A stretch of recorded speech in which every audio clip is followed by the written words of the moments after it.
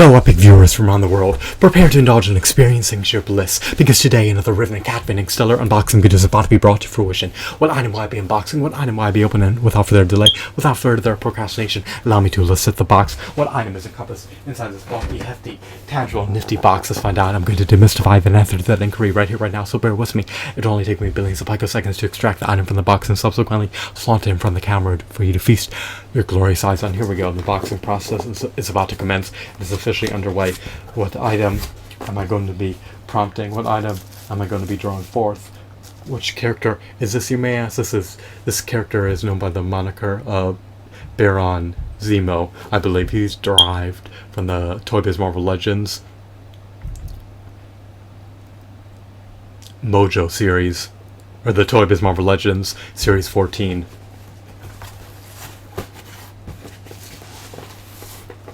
What other action figures are derived from that action figure line? Apparently you can procure the first appearance Iron Man, Falcon, Luke Cage, Longshot, and Psylocke. That how her name is pronounced? Psylocke? It likely is. Let's move on. So we have this Baron Zemo action figure. There's also a variant of him. This character's mask cannot be removed. His mask obscures his face, so his face is an enigma. His face is uncanny. It is unknown. It is obscured. It is obfuscated. We have a peg hole in his back. Perhaps it can be mounted to a wall or something. That was likely advertently carved into his back when he was churned out amid the 1990s by Toy Biz. He has articulation in his toe joints. He has finger joint articulation. He has a diaphragm joint. His head may be relegated to either a disc joint or a ball joint. It's likely relegated to a ball joint. His knees are double jointed.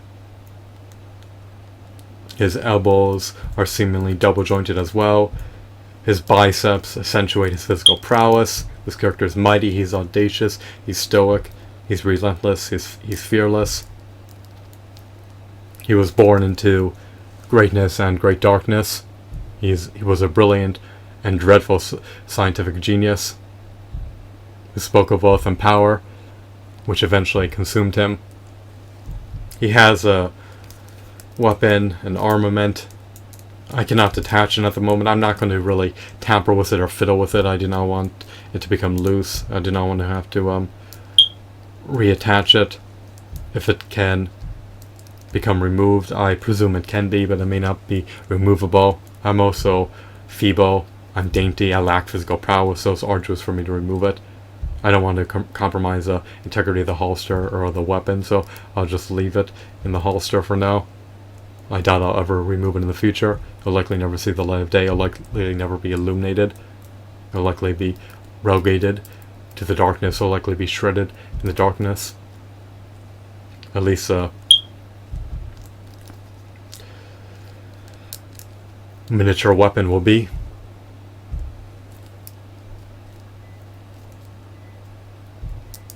I love his attire, I love his aesthetics, I love his hues, I love his shadings, I love his deco, I love his paint applications, I love his muscle tones, I love how his seam lines are discreet. This is just an extraordinary figurine.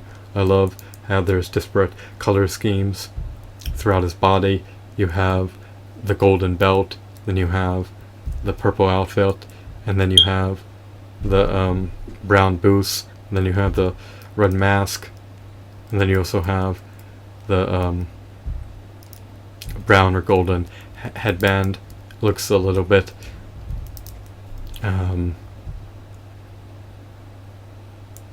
dilapidated.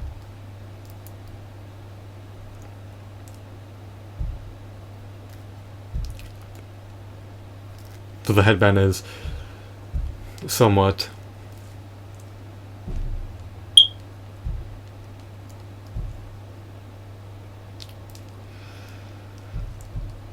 worn out. It cannot be removed.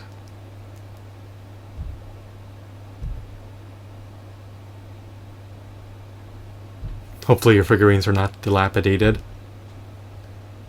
or depreciated. hopefully they appreciated.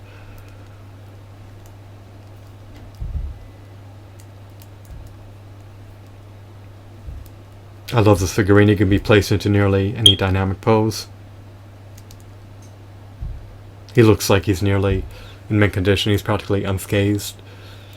He's practically in pristine condition. I'm not going to muck him up any further, so I'm done touching him. I do not want him to become marred with scuffs or scratches or dings or dents or anything else that compromises his integrity or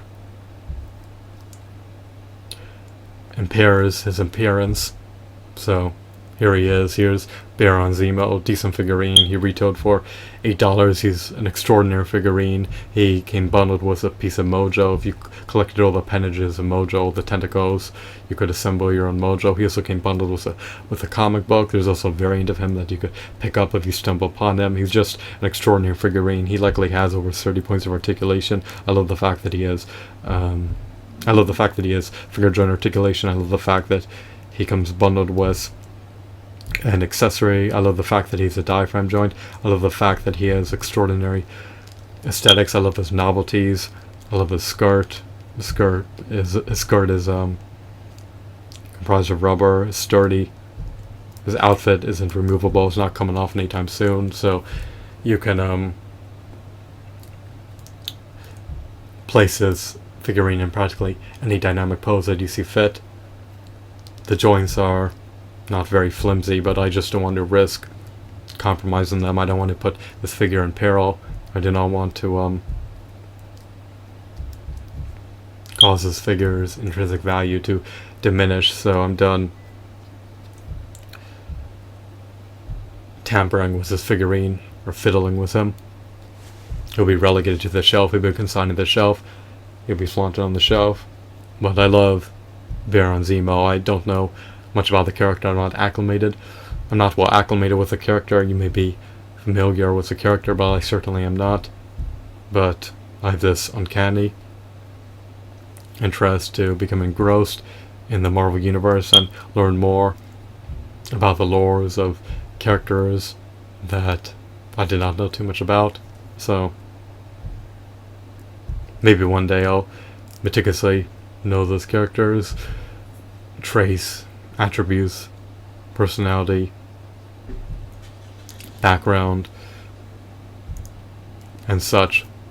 But as of today, all I know is that he's an incredible, remarkable, extraordinary, stupendous, divine figurine that has been churned out by Toy Biz, and that was sculpted by the Four Horsemen Studios. Well, he was likely sculpted by the Four Horsemen Studios, but he was churned out by Toy Biz or Marvel Toys amid the mists of the 2000s.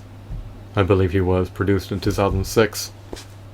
So it's too bad that Hasbro figures are slacking in certain facets. They lack finger joint articulation, they lack toe joint articulation, they do not have as many ample points of articulation as superior Toy Biz Marvel Legends figurines that supersede them in every facet.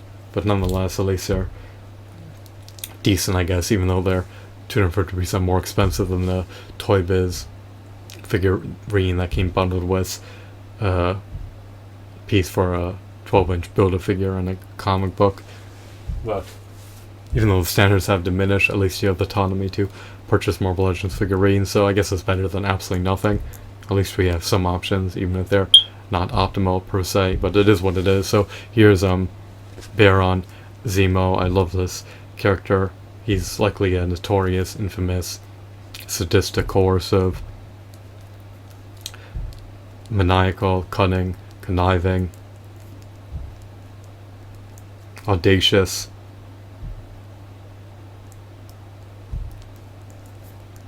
fearsome, spiteful villain. Maybe I'll pick up the variant in the future, but I likely won't. If I change my mind, then I'll create an unboxing video of the Baron Zemo variant. But for now, this normal version of Baron Zemo will suffice. I hope you found this video to be intriguing and insightful. Have a wonderful, marvelous day. Goodbye.